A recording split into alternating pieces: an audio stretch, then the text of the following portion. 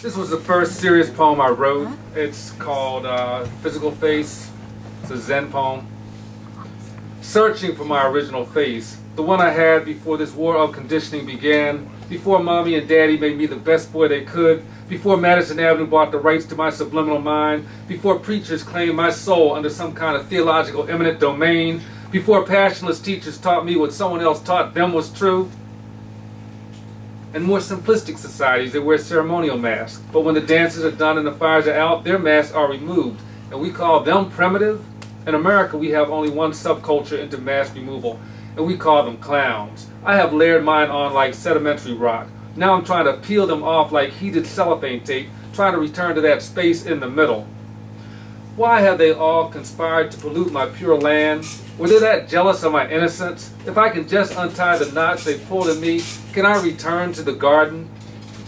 I can remember as a child being mostly happy.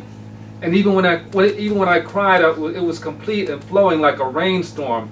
And when I laughed, it wasn't to impress. All emotions were expressed with equanimity. I was free and soaring, high in the updrafts like an eagle, not like some circus elephant sleeping on a short chain. No hesitation or lies, every breath was beatific. But that was before I had knowledge and religion, before I was an American and liked girls, before I thought I looked, sounded, or smelled good, before I gazed into a mirror and thought I had something to correct, before I was a sophisticated man. Before I had an ego that would not let me go, before I had a place, before I had a race, before I had this physical face.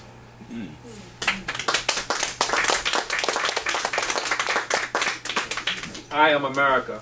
I do not agree with those who say America had it coming to her on 9/11, because I am America and do not think I or anyone else deserves to die in an act of war. I was not America when I was stolen and distributed to disparate parts of the hemisphere, including the digestive systems of Atlantic sharks. I was not America when I was hanged by the thousands like rotting Christmas tree ornaments in a southern hell.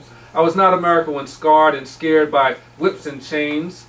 Now on college campuses, we queue up like cattle to have our bodies branded by Greek fraternity brothers, wearing them like badges of honor.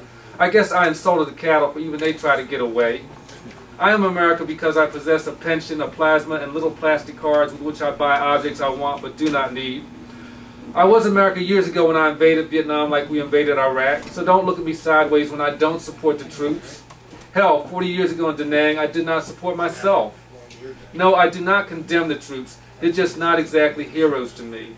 Soldiers are like children abused by war, not needing medals, but rather the medicines of meditation and forgiveness.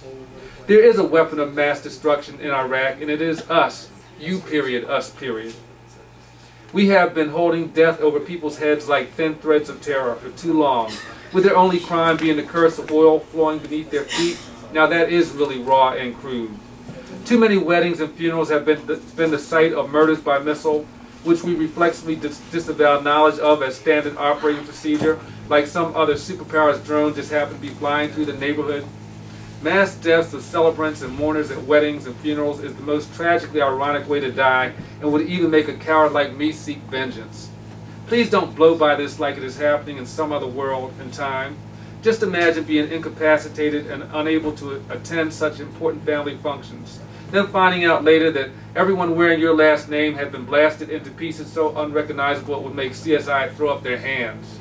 How would you feel? What would you do?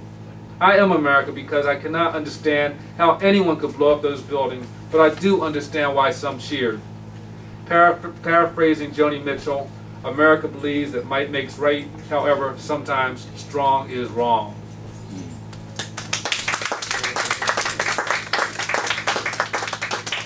JC.